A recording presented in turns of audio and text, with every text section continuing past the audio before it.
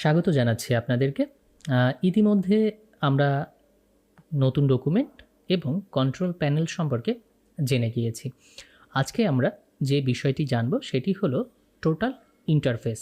অর্থাৎ ইলাস্ট্রেটরের এই টোটাল ইন্টারফেসটা কোথায় কী আছে, কোনটির কী নাম, কোনটি কী কাজ করে, সেই বিষয়ে ছোট্ট একটু ধারণা নিয়ে নিব।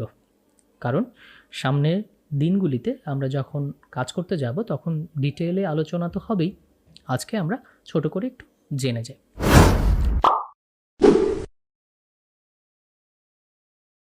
তো এই যে প্রথমে যে জায়গাটা দেখছেন, এই যে চিকন লাইনটা যেখানে অনেকগুলি ছোট ছোট টেক্সট আছে, দেখেন file, edit, object type, select, effect, view, window, help.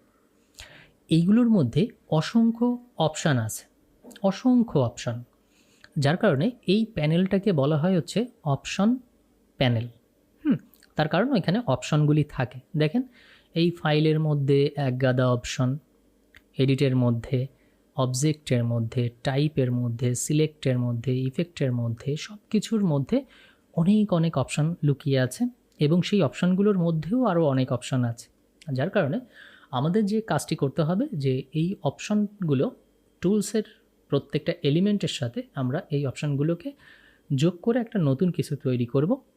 এই জন্যে আমাদের অপশান প্যানেলটি সম্পর্কে জানা খুব প্রয়োজন। আমরা জেনে নেব আস্তে আস্তে।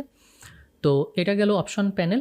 তার নিচে যেটা আছে এই সম্পর্কে আপনারা অলরেডি জানেন, এটা হচ্ছে কন্ট্রোল প্যানেল এবং এখানে পার্সেন্টেজ দেওয়া আছে 51.something%, মানে এটা কত পার্সেন্ট জুম হয়ে আছে, এবং RGB মানে এটা কোন কালার মুডে আছে, এইগুলো সম্পর্কে আপনাদেরকে একটা ধারণা দিচ্ছে এই ডকুমেন্ট প্যানেল।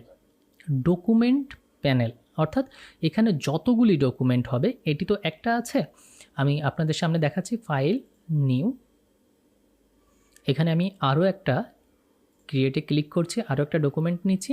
এই দেখেন এখানে দুইটা, একটা হচ্ছে আনটাইটেল 3 আর একটা হচ্ছে আনটাইটেল 4, অর্থাৎ আমি যেটাতে ক্লিক করব সেটাতে চলে যেতে পারবো। তো এইখানে অসংখ্য ডকুমেন্ট নিতে পারেন আপনারা। এই ডকুমেন্টের নাম সহ ডকুমেন্টগুলো যে প্যানেলে শো করে তাকে বলা হয় হচ্ছে ডকুমেন্ট প্রিভিউ প্যানেল। ওকে, এরপরে এই যে বাম পাশে ছোট ছোট ছোট ছোট যে আইকনগুলো দেখছেন, এই প্যানেলটাকে বলে হচ্ছে টুল বার। হ্যাঁ, টুল বার। একজন কৃষক যেমন তার কৃষিকাজের জন্যে কোদাল, খুন্তা, কাঁচি এগুলো লাগে, তো আমরা যারা ডিজাইনার আছি, তো আমাদের ডিজাইনারদের এই ছোট ছোট টুলসগুলো আমাদের সেম কোদাল, কাঁচি এগুলো আর কি। তো এই জায়গা থেকে আমরা এই টুলগুলো নিব, তারপরে এর উপরে কাজ করব। এই জন্যে এখানে বলে হচ্ছে টুলবার। আচ্ছা, এই যে যে সাদা অংশটি দেখছেন, এই পুরো সাদা অংশটির নাম হচ্ছে আর্ট বোর্ড। অর্থাৎ আপনার আর্ট করার জন্য যে বোর্ড আমরা সাধারণত যখন কাগজ কলমে কাজ করি তখন আমরা যে বোর্ডটাকে নিই সাপোর্ট করার জন্যে বা কাগজটাকে নিই তার উপর আমরা অঙ্কন করি, এটি হচ্ছে সেম জিনিস। সেই আর্ট বোর্ড হচ্ছে এটি, এটির উপরে আমরা কাজ করব। আচ্ছা, তারপরে এই ডান পাশে অনেকগুলি অপশন প্যানেল আছে। অপশন বলতে এগুলি ছোট ছোট ছোট ছোট জায়গা, যেগুলিকে এই অপশনগুলিকে এখানে এনে আমরা একটু বড় পরিসরে দেখে কাজ করতে পারি। যেমন ধরেন এই যে প্যারাগ্রাফে যদি আমি ক্লিক করি তাহলে এত বড় একটি ডায়লগ বক্স চলে আসলো, এটিকে নিয়ে আমরা কাজ করতে পারি। তো এইটাকে বলা হচ্ছে অ্যাপিয়ারেন্স প্যানেল বা কন্ট্রোল প্যানেলের আরেকটি ভার্সন। তো এই জায়গায় বিভিন্ন কিছু থাকে, বিভিন্ন টুল যেগুলো এই অপশনের মধ্যে লুকিয়ে থাকে, সেগুলোকে এখানে এনে বড় করে দেখে আমরা এখানে অ্যাপ্লাই করতে পারি। এই যে নিচে যে চিকন যে বারটা দেখছেন, এই বারটাকে বলে হচ্ছে স্ট্যাটাস বার। স্ট্যাটাস বার, হ্যাঁ, কেন? যে কোন স্ট্যাটাসে আপনি এখন আছেন সেটাকে এখানে শো করবে। দেখেন প্রথমে দেখাচ্ছে যে আপনি কত পার্সেন্ট জুমে আছেন, তারপরে দেখাচ্ছে আপনি কত পার্সেন্ট রোটেটে আছেন, অর্থাৎ কত পার্সেন্ট ঘুরিয়ে আছেন আপনার ক্যানভাস বা আপনার বস্তুটাকে। তারপরে এখানে দেখাচ্ছে আর্টবোর্ড, কত নাম্বার আর্টবোর্ডে আপনি আছেন।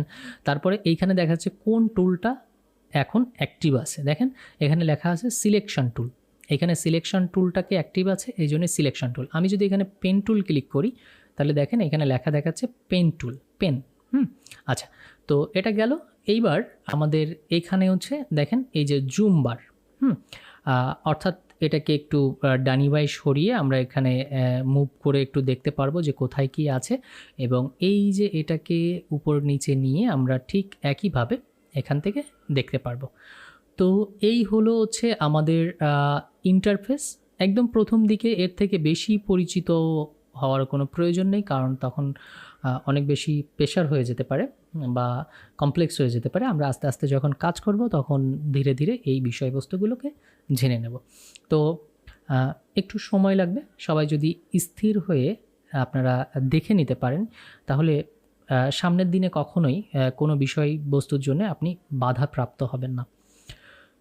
তো আমি জানি না কতটুকু চেষ্টা করতে পারছি আপনাদের জন্যে। যদি ভালো লেগে থাকে, যদি ভালোবেসে থাকেন, তাহলে অবশ্যই আমাকে সাবস্ক্রাইব করে, লাইক এবং শেয়ার করে একটু হলেও সাপোর্ট করবেন, যেন আমি আপনাদের জন্যে আরও ভালো ভালো কন্টেন্ট নিয়ে আসতে পারি। সবাই ভালো থাকবেন, দেখা হবে।